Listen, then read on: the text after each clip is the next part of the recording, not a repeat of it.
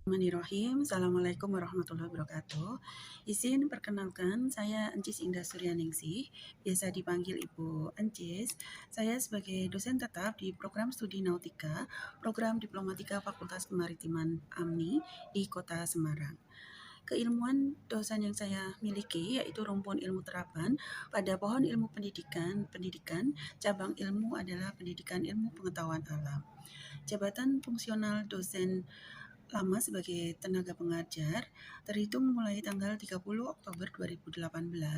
Adapun jabatan fungsional dosen sebagai asisten ahli terhitung mulai tanggal 1 Oktober 2023 dalam mata kuliah Fisika Terapan, Fisika Dasar, dan Kimia Industri. Pada program studi Nautika, saya mengampu mata kuliah Fisika Terapan, adapun pada program studi lain, saya mengampu mata kuliah Fisika Dasar dan Kimia Industri. Di tahun akademik 2025-2026 semester genap ini, salah satunya saya mengampu mata kuliah Kimia Industri di program studi Teknika dengan beban 2 SKS terdiri dari 1 SKS teori dan 1 SKS praktik. Kimia industri yang saya ampu adalah relevan pada bidang kemaritiman, sehingga biasa disebut juga dengan kimia maritim. Sebagaimana ketentuan International Maritime Organization atau IMO model course 704 menyebutkan bahwa baik pada aspek teori maupun praktek, kimia menjadi salah satu mata kuliah dasar atau pengantar yang harus dikuasai oleh calon pelaut dan atau siapapun yang akan bekerja di bidang kemaritiman. Rencana pembelajaran semester atau RPS mata kuliah kimia industri adalah 16 kali pertemuan, terdiri dari 14 kali tatap muka, 1 kali ujian tengah semester atau UTS, dan 1 kali ujian akhir semester atau UAS. Penjabaran untuk RPS kimia industri yang pertama, pada pertemuan pertama saya melakukan kontrak kuliah.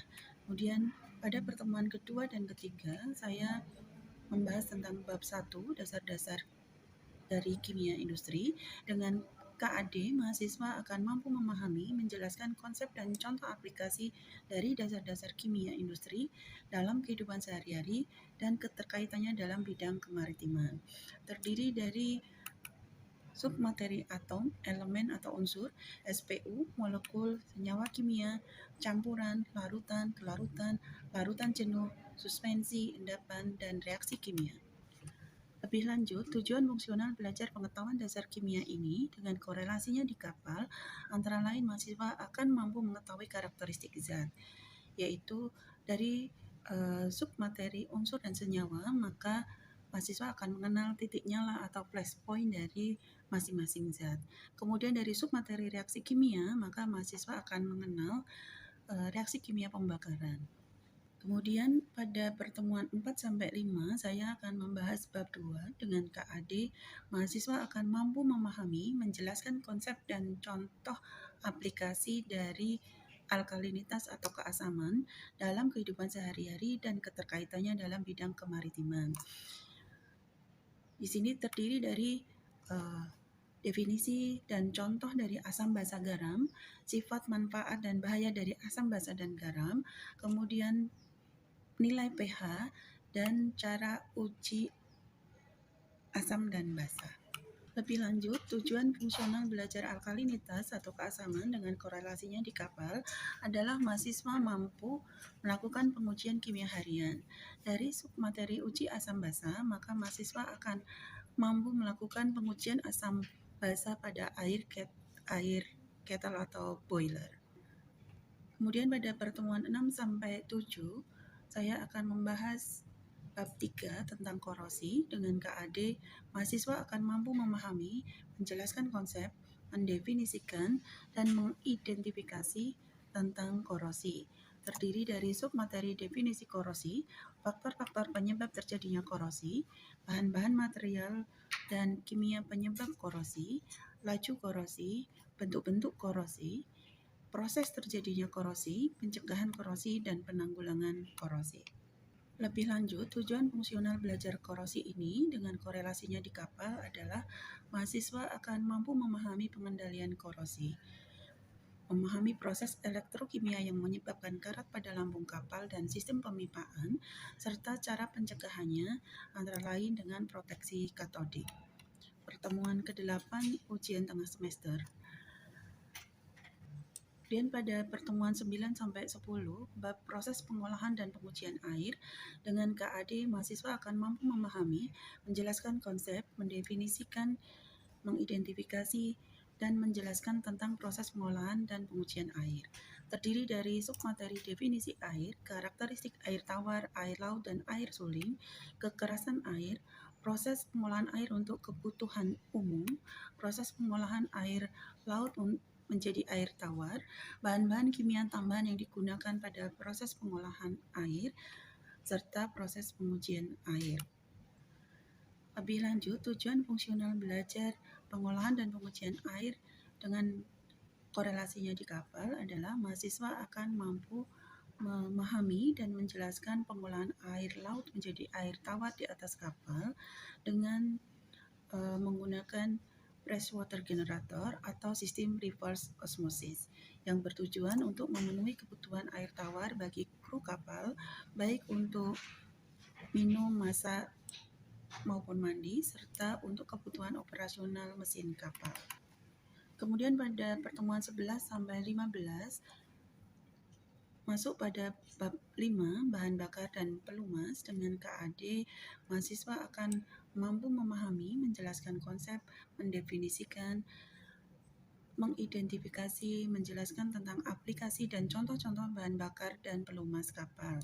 Terdiri dari submateri asal minyak bumi, pendeteksian dan eksplorasi minyak bumi di lepas pantai, pengolahan minyak bumi menjadi bahan bakar dan pelumas kapal, unsur-unsur kimia yang terkandung dalam bahan bakar dan pelumas kapal, sifat-sifat dan karakteristik bahan bakar dan pelumas kapal, kemudian pengujian bahan bakar dan pelumas kapal, serta terakhir penyimpanan bahan bakar dan pelumas kapal.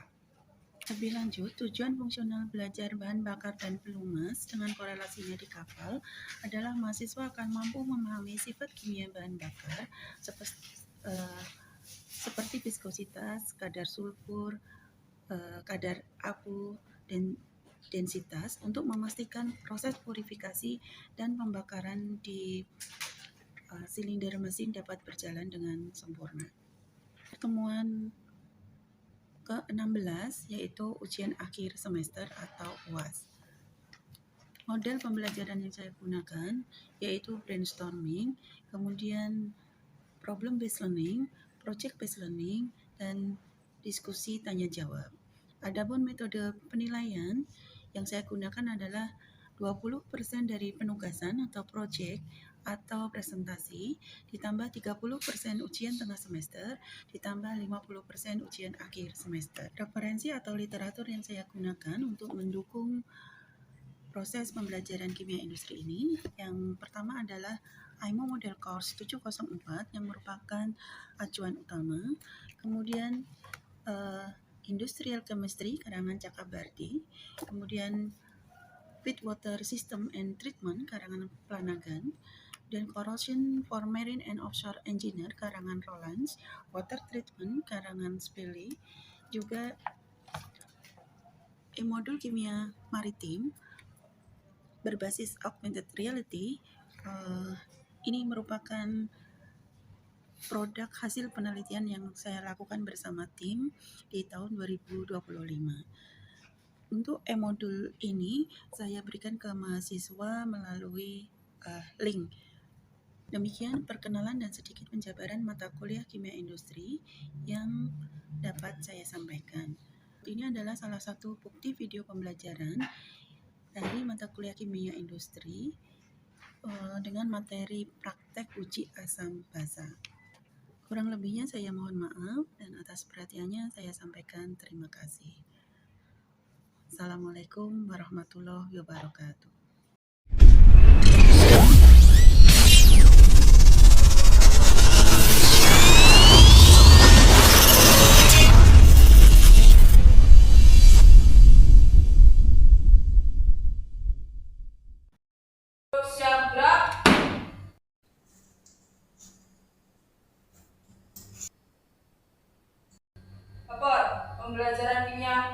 Siap.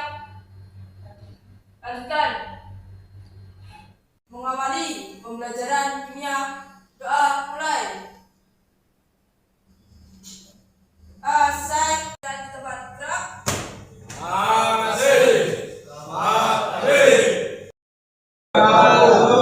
Sehat semuanya.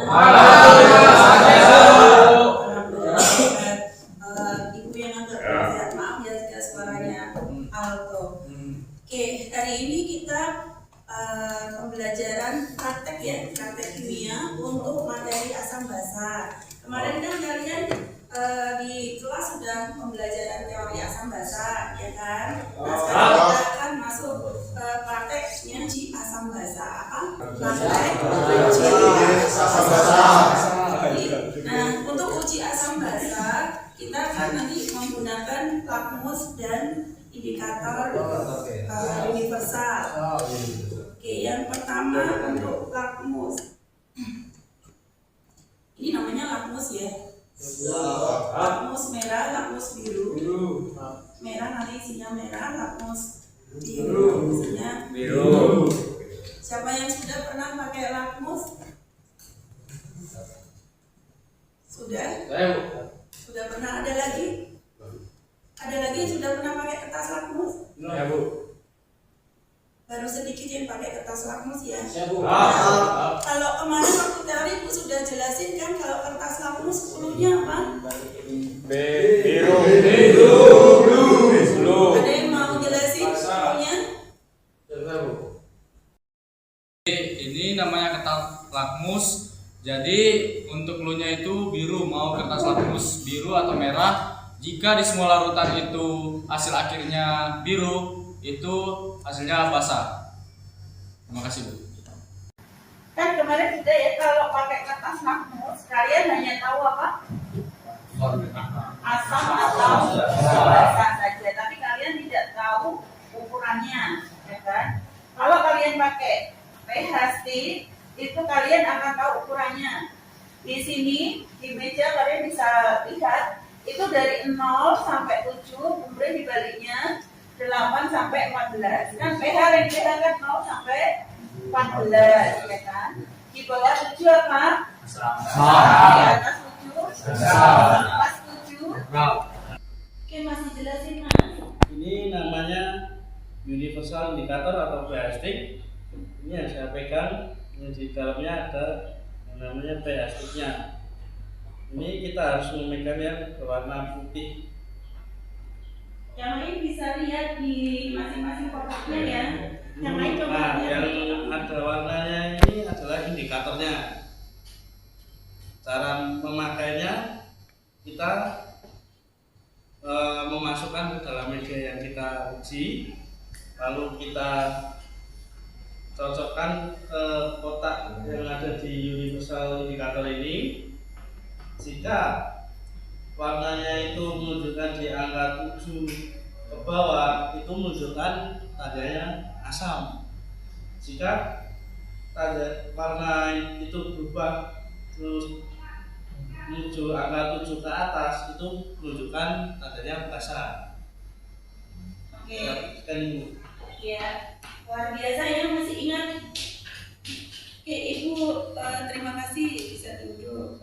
Ibu, Ibu perjelas lagi. Jadi ini indikator universal. Jadi ini kotaknya ya. Atau orang akan bilang biasanya pH stick. Ini kotaknya kalian lihat, di situ ada angka dari 0 sampai 7, kemudian kalian balik itu dari 7 sampai 14. Bisa dilihat masing-masing. Nanti kalian ambil di dalamnya tuh kalian ambil pH sticknya atau stick pH, terus yang kalian pegang yang putih. Tadi sudah dijelasin ya. Yang pegang yang putih kenapa? Agar tidak mengganggu Indikatornya, iya. Karena kan tangan kalian ada apanya? Fingernya. Kalau kena indikatornya, nanti indikatornya sudah berubah. Jadi nanti ini kalau sudah kalian celupin, kalian akan cek. Taruh ya, ini kan pasti nanti akan berubah warna.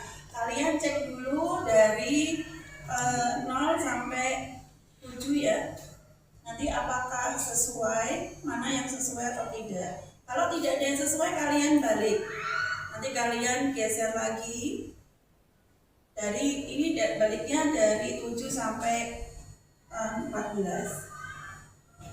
Paham sampai di sini? Larutannya dari kiri ke kanan, kalian bisa lihat dari kiri itu teh, kemudian baking soda, kemudian ada air kopi, ada air sabun, dan terakhir Nah, karena kalian sudah tahu itu larutan apa, berarti nanti kalian akan cross check. Ya, misalnya cuka itu asam atau basa? Cuka itu kan asam, berarti harusnya lakmus merah. Lakmus biru. Nanti kalian cross check itu ya benar apa enggak. Terus pH sticknya nunjukin angka berapa? pH berapa? Bawah 7. Nah, nanti harusnya sinkron ya antara lakmus dengan pH stick. Oke, silakan. Nah, nanti kalau kalian sudah praktikum, ini cepet ya. Kalau nggak ada 10 menit kalian mesti selesai. Semua mengerjakan. Kalau sudah, nanti kalian akan ibu ambil video untuk presentasi. Ya, presentasi, belajar presentasi hasil akhir dari praktikum. Oke, silakan bekerja. Ada lakmus, ini merah biru masih baru ya. Nanti kamu tulis sini biru merah. Nah, nanti ini lakmus biru ini ya, ini maksudnya, tapi ini BM-nya itu kan aslinya. Terus nanti ini hasilnya apa? Sama dikata universalnya jadinya apa? Paham ya? Nanti setelah itu ini difoto buat hasil. Oke, untuk kelompok 1 silakan dipresentasikan. Kami dari kelompok 1 akan mempresentasikan hasil akhir dari praktikum uji asam basa. Ini ada larutan A, yaitu adalah larutan teh. Ini kertas lakmus merah, tetap berwarna merah, dan ini ada kertas lakmus biru menjadi warna merah. Terus ini pH stick menunjukkan di angka 5 yang menunjukkan larutan ini adalah asam. Berarti terbukti kalau teh itu asam ya, untuk teh ini ya. Oke, yang kedua siapa nih? Mbak. Yang kedua, larutan ini baking soda. Untuk kertas lakmus warna merah menjadi biru dan lakmus biru tetap biru.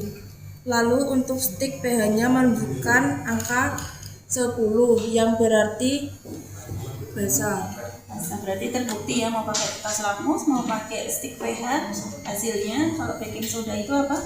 Basa. Oke, yuk gantian. Lanjut ke larutan C, yaitu kopi. Di sini menunjukkan kertas lakmus merah tetap merah. Di kertas lakmus biru berubah menjadi warna merah.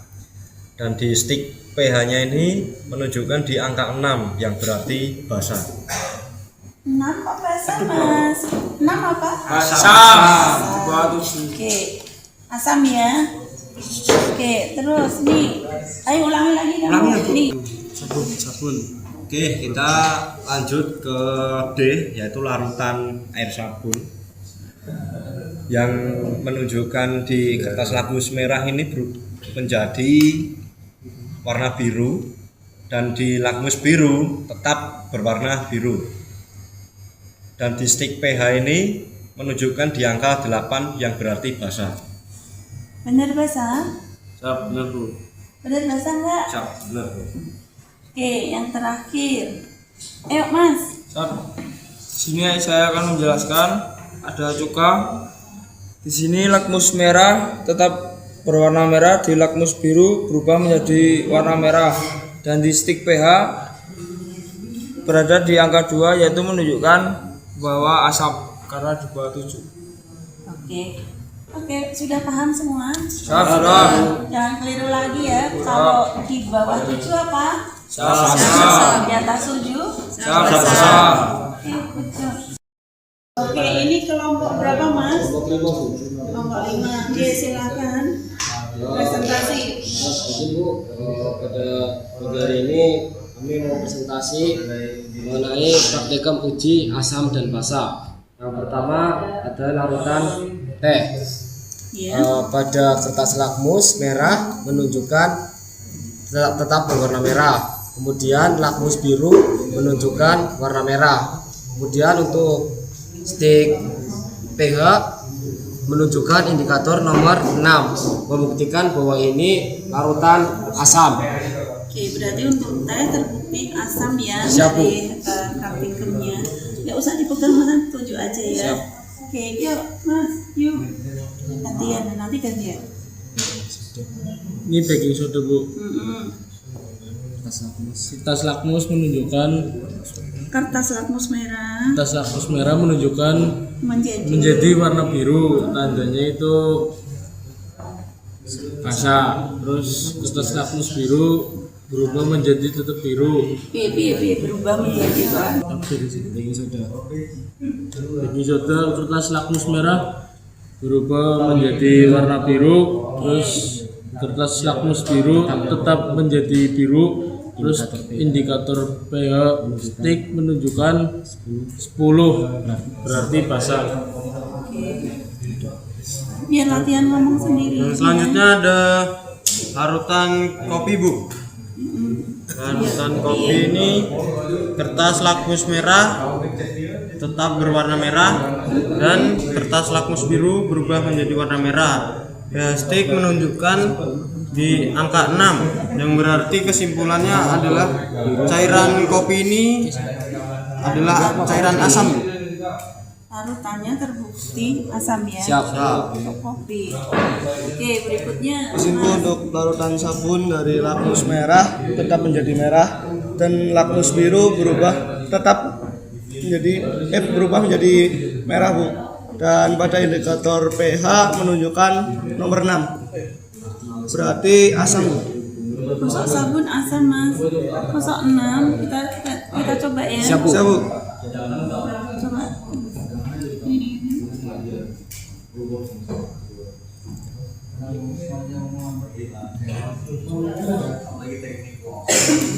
Ya, coba Mas. Kamu yang pegang. Coba. Siap. Nomor 8, Bu. Siap, di sini nomor 8, Bu. Dari sini dulu kan Mas. Coba. Ibu kan tadi kamu 6 nih. Siap, nomor 6, Bu. Siap, nomor 8, Siap, Bu. nomor 8, Bu. Nah, iya. Nomor 8 Basa, Bu. Basa, coba ya. Merah yang kita lakmusnya.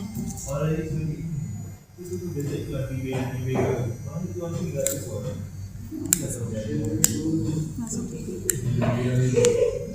Diginiin aja. Ya, Bu, lakmus merah berubah menjadi biru. Tadi kok iso asam? Mungkin Ayo. kesalahan teknis. Oke, berarti air sabun basah ya. Siap. Ada pertanyaan? Cukup, Bu. Oke, sekarang silakan dipresentasikan hasilnya. Siapa yang mau presentasi? Oke. Untuk larutan A di kertas lakmus warna merah, yaitu berubah warna menjadi merah tetap asam. Untuk Merah tetap merah. Terus lakmus biru. untuk lakmus biru tetap berubah warna merah. Berpikir Assalamualaikum warahmatullahi wabarakatuh. Di sini kami akan menjelaskan hasil laporan praktikum kami, yaitu untuk larutan A yaitu larutan sunlight. Lakmus merah tetap merah, yaitu menunjukkan indikator asam. Lakmus biru berubah merah, menunjukkan indikator asam. Untuk indikator pH-nya yaitu 4. Yang larutan B yaitu larutan teh. Lakmus merah tetap merah, lakmus biru berubah merah, menunjukkan indikator asam. Untuk kadar pH-nya yaitu 6. Baik, jadi kalian sudah coba semua ya? Tadi hasilnya Ibu lihat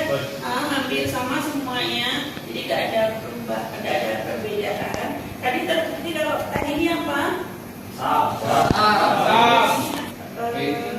Baking soda apa? Kemudian kopi. Kopi asam. Terus sabun. Sabun basah. Tadi mungkin ada yang beberapa, kayaknya 2 kelompok ya tadi ya. Terus tapi tadi dicek ulang sudah benar Bu. Jadi basah tadi ya. Kemudian yang terakhir cuka asam. Asam tadi ya. Oke, ada pertanyaan? Cukup. Terima kasih Bu Job, luar biasa. Mudah-mudahan diingat ya sampai besok kalau punya anak, punya cucu, kalau ditanya sudah pernah lihat kertas lakmus, jadi kan kalian masih bisa. Cluenya apa tadi?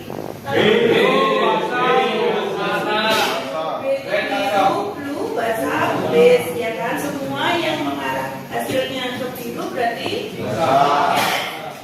Oke, terima kasih semuanya. Itu akhiri. Assalamualaikum warahmatullahi wabarakatuh. Waalaikumsalam warahmatullahi wabarakatuh. Saya ambil duduk siap gerak.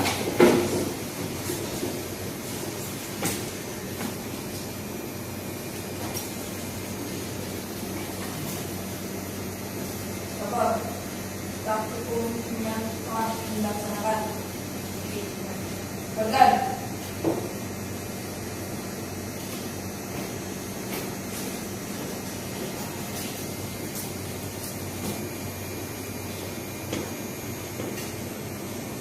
Mengakhiri praktikum kimia. Doa mulai. Doa selesai dan di tempat gerak.